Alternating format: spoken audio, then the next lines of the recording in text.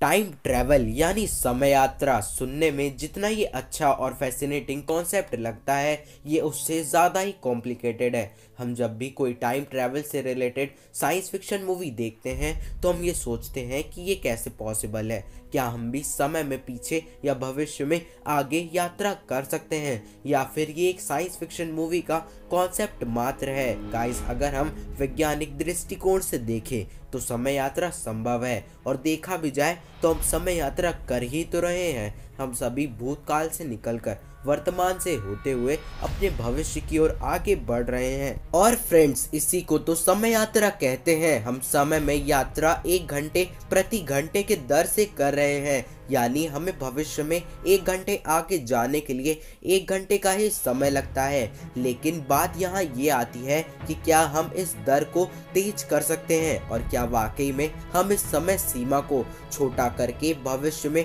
हजारों साल आगे जा सकते हैं। साइंटिस्ट ऐसा मानते हैं कि टाइम ट्रैवल एक ऐसा कॉन्सेप्ट है जिसका प्रयोग कर हम फ्यूचर में भी जा सकते हैं और पास्ट में भी। इसके अलावा कई वैज्ञानिक ये भी दावा करते हैं कि टाइम ट्रैवल का प्रयोग कर हम इंसान सिर्फ फ्यूचर में ही जा सकते हैं। पास्ट में जाना काफी खतरनाक साबित हो सकता है। उनके मुताबिक अगर कोई इंसान टाइम ट्रैवल की मदद से पास्ट में जाता है तो वो टाइम के एक ऐसे षड्यंत्र में फंस जाएगा जहां से बाहर निकल पाना नामुमकिन बात होगी। तो अब आपके मन में भी ये सवाल जरूर आ रहा होगा कि अगर हम इंसान टाइम ट्रैवल का यूज करके जब फ्यूचर में जा सकते हैं तो पास्ट में क्यों नहीं, और अगर हम फ्यूचर में टाइम ट्रैवल कर सकते हैं तो आखिर कैसे। सो गाइस, आज हम इन्हीं सब सवालों के जवाब और उन थ्योरीज के ऊपर डिस्कशन करेंगे जिनसे टाइम ट्रैवल पॉसिबल है। लेकिन दोस्तों, वीडियो को शुरू करने से पहले मैं आपको एक बात बता दूं कि टाइम ट्रैवल एक लेंथी और कॉम्प्लेक्स टॉपिक है जिसको एक वीडियो में कवर कर पाना बेहद ही मुश्किल है। तो इसीलिए भविष्य में भी आगे मेरी कोशिश टाइम ट्रैवल पर वीडियोस लाकर आपको अच्छे से समझाने पर होगी। तो चलिए शुरू करते हैं आज की इस नई वीडियो को। एल्बर्ट आइंस्टाइन, जो जाने जाते हैं अपने द्वारा दी गई उन थ्योरीज के लिए जिसकी वजह से वो अपने दौर में चर्चा में रहे, और आज का हमारा ब्रह्मांडीय विज्ञान भी उन्हीं की थ्योरीज पर टिका हुआ है। उनके द्वारा दी गई थ्योरीज थी the theory of special relativity and the theory of general relativity. जब एल्बर्ट आइंस्टाइन ने थ्योरी ऑफ रिलेटिविटी को 1905 में सबके सामने रखा तो उसी सिद्धांत के आधार पर समय यात्रा की कल्पना की जाने लगी। थ्योरी ऑफ स्पेशल रिलेटिविटी के सामने आने से पहले लोगों का ये मानना हुआ करता था कि यूनिवर्स में समय की गति हर जगह वही है जो पृथ्वी पर होती है। लोग ये मानते थे कि जिस तेजी से समय पृथ्वी पर गुजर रहा है, ठीक उसी तरह ब्रह्मांड में दूर दूर तक दूसरे ग्रहों पर भी समय की रफ्तार वही होगी। लेकिन आइंस्टाइन ने लोगों की इस सोच को दूर करते हुए समय की एक अलग ही परिभाषा दे डाली।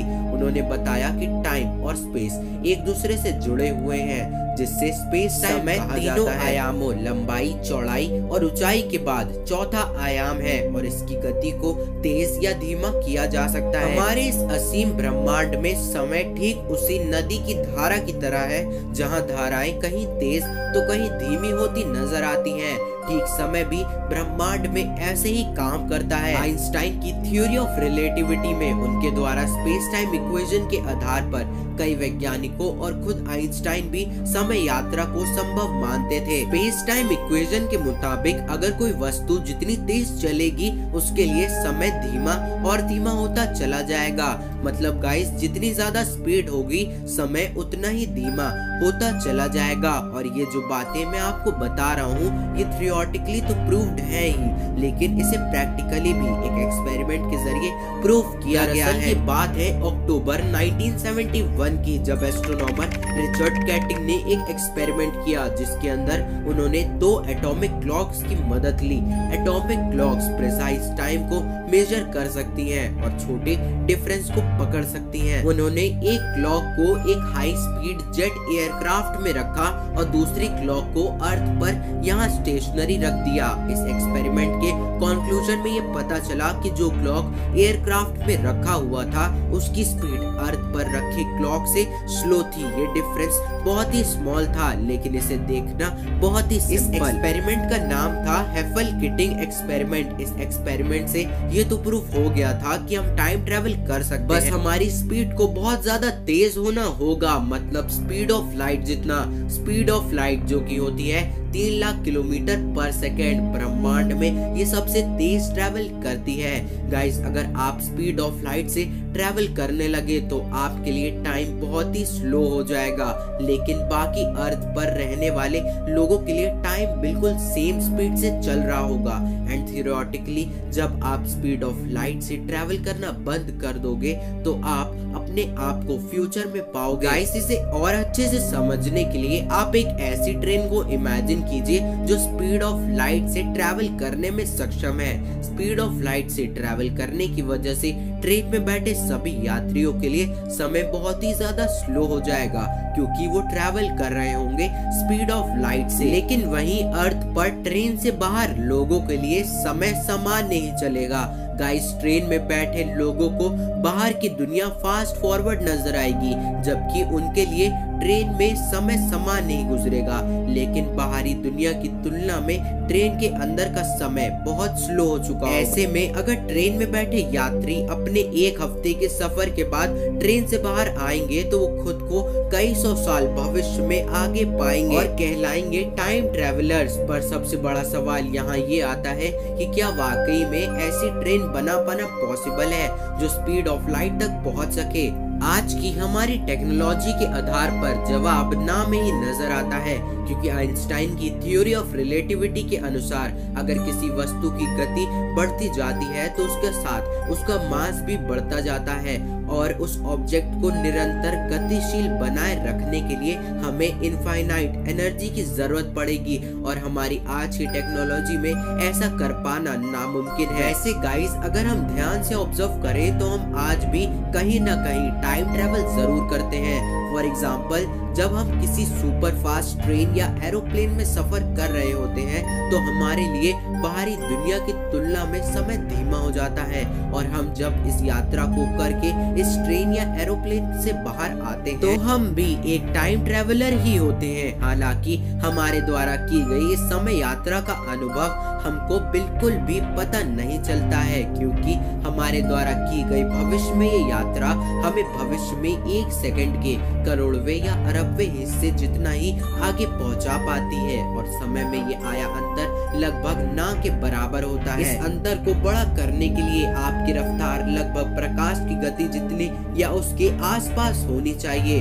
तो इससे हमें ये समझ में आता है कि समय यात्रा करने के लिए हमारी स्पीड को बहुत बहुत तेज होना पड़ेगा।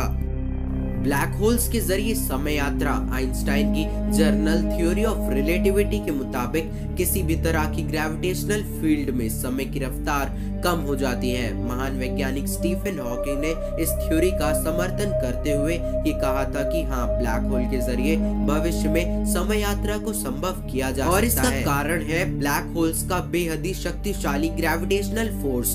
अब क्योंकि ब्लैक होल्स बहुत ही ज्यादा मैसिव और डेंसिटी में बहुत ही ज्यादा डेंस होते हैं, जिस वजह से इनका ग्रेविटेशनल फोर्स ब्रह्मांड में मौजूद किसी दूसरे ऑब्जेक्ट से बेहद ही शक्तिशाली होता है। इतना शक्तिशाली कि प्रकाश तक इससे बाहर नहीं आ सकता है, और अपने इसी बेहद ही शक्तिशाली ग्रेविटेशनल फोर्स के जरिए ये स्पेस और टाइम दोनों पर असर डालता है। और ब्लैक होल्स के अंदर ये अंतर इतना ज्यादा होता है कि समय तक रुक जाता है। मतलब गाइस, ब्लैक होल के अंदर समय का अस्तित्व ही खत्म हो जाता है। ब्लैक होल के जरिए 2 तरीके से समय यात्रा को किया जा सकता है। पहला तरीका है ब्लैक होल के आसपास मंडराते किसी ग्रह पर जाकर बसना। अगर वो हैबिटेबल है तो ब्लैक होल के नजदीक होने के कारण इस ग्रह पर समय काफी तेज गुजरेगा। इस ग्रह पर बिताया गया 1 साल धरती के कई सौ साल के बराबर होगा।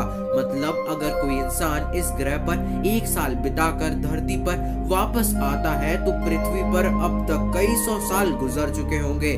दोस्तों, अगर आपने इंटरस्टेलर मूवी देखी और ठीक से समझी है तो आपको मेरी ये बातें अच्छे से समझ में आ रही होंगी, क्योंकि उसमें भी मूवी का कैरेक्टर कूपर एक ऐसे प्लैनेट पर जाता है जहां पर बिताया गया 1 घंटा पृथ्वी के 7 सालों के बराबर होता है। दूसरा तरीका है ब्लैक होल का चक्कर एक निश्चित दूरी से लगाना। अगर कोई स्पेसक्राफ्ट ब्लैक होल का चक्कर लगाता है तो स्पेसशिप पर समय हमारी धरती की तुलना में आधी रफ्तार से गुजरेगा।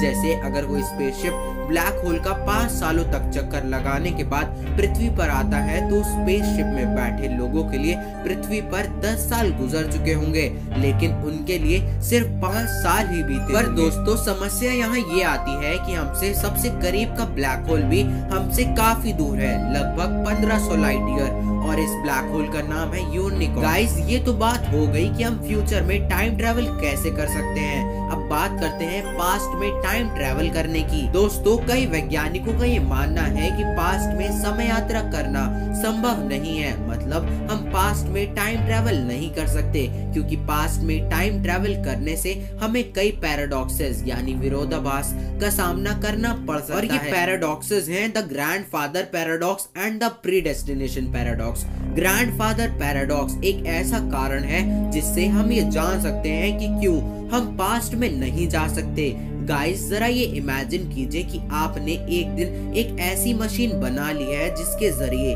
आप टाइम ट्रेवल कर सकते हो, और आप इस मशीन का इस्तेमाल कर उस वक्त में चले जाते हो जब आपके दादाजी बच्चे थे। आप जाने अनजाने बचपन में ही अपने दादाजी को मार डालते हो।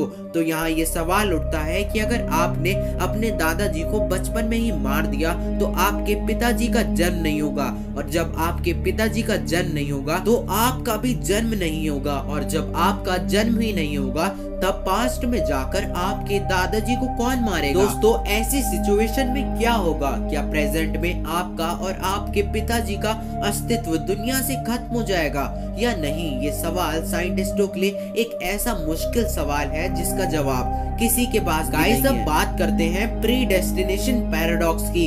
इमेजिन कीजिए कि आप एक ट्रेन में सफर कर रहे हो और उस दौरान आपके पास बैठा एक शख्स आपको एक बुक देता है और कहता है कि इस किताब को अच्छे से पढ़ लेना, क्योंकि इस किताब में टाइम मशीन को बनाने का फॉर्मूला और प्रोसेस लिखा है। और उसके बाद वो शख्स वहाँ से चला जाता है। घर आकर उस किताब को दिन रात पढ़ते हैं और कई सालों की मेहनत के बाद आप एक टाइम मशीन बनाने में कामयाब हो जाते हैं। और फिर मशीन तैयार होने के बाद आप उस टाइम मशीन में बैठकर पास्ट में चले जाते हैं और समय के उस हिस्से में पहुंच जाते हैं जहां आप एक शख्स से मिलते हैं जो कि एक साइंटिस्ट है, और वो शख्स टाइम ट्रैवल की थ्योरी पे काम कर रहा है। और आपने अपने साथ उस बुक को भी रखा है ताकि उस टाइम मशीन में अगर कोई गड़बड़ी हो तो आप उस किताब की मदद से फिर से टाइम मशीन बना सके। आप देखते हैं कि वो साइंटिस्ट कई सालों से थ्योरी पर काम कर रहा है और फिर भी वो इस विषय में कामयाब नहीं हो पा रहा है।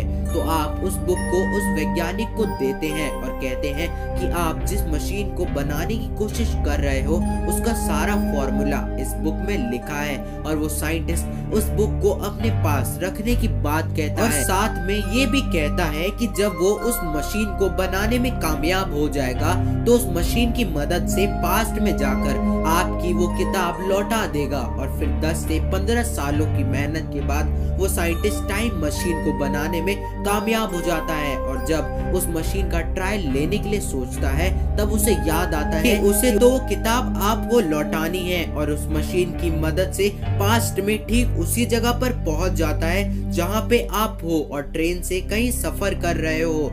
और वो शख्स आपके पास आकर आपको वो किताब देता है और आपसे कहता है कि इस किताब में टाइम मशीन को बनाने का सारा कच्चा चिट्ठा है, और आप उस किताब को पढ़ते हो और एक टाइम मशीन बना लेते हो, और आप फिर से उसी साइंटिस्ट के पास पहुंच जाते हो जो कि टाइम मशीन को बनाने की थ्योरी पर काम कर रहा है, और आप फिर से उसे वो किताब देते हो और वो साइंटिस्ट फिर से टाइम मशीन बनाकर वापस फिर से वो किताब लौटाने पास्ट में आ जाता है। और ये घटना यूं ही बार बार चलती रहती है जिसका कोई अंत नहीं है, और ये एक ऐसा समय का जाल है जो कि एक चक्रव्यूह की तरह है जिसमें अगर कोई इंसान फंस जाता है तो वो कभी भी वहां से बाहर नहीं निकल पाता। इन्हीं सब चीजों की वजह से हम टाइम ट्रेवल नहीं कर सकते, और इसी को प्रूव करने के लिए स्टीफन हॉकिंग ने टाइम ट्रेवलर्स के लिए एक पार्टी भी रखी थी जिसमें उन्होंने टाइम ट्रैवलर्स को इनवाइट किया था। दरअसल ये बात है 28 जून 2009 की, जब स्टीफन हॉकिंग ने टाइम ट्रैवलर्स के लिए पार्टी आयोजित करी थी। इनविटेशन कार्ड उन्होंने अगले दिन सबको दिए थे। वो इनविटेशन कार्ड आप अपनी मोबाइल स्क्रीन पर देख सकते हो। लेकिन आश्चर्य की बात ये है कि उस पार्टी में कोई भी नहीं आया, जिससे ये प्रूफ होता है कि शायद फ्यूचर में टाइम ट्रैवल पॉसिबल नहीं हो सकता, और अगर हो भी सकता है तो शायद हम पास्ट में ट्रैवल नहीं कर सकते। तो दोस्तों, इस वीडियो के एंड तक बने रहने के लिए आप सभी का बहुत बहुत धन्यवाद। सो गाइस, आज की इस वीडियो में बस इतना ही, और उम्मीद है कि ये वीडियो आप लोग को पसंद आई होगी। अगर हाँ, तो इस वीडियो को एक लाइक करके अपने फ्रेंड्स और फैमिली के साथ शेयर करें, और ऐसी ही नॉलेजेबल और इन्फॉर्मेटिव वीडियोस के लिए चैनल को सब्सक्राइब कर बगल वाले नोटिफिकेशन बटन को भी ऑन कर लें, जिससे आप देख सके हमारी आने वाली वीडियोस सबसे पहले। So thanks for watching our video.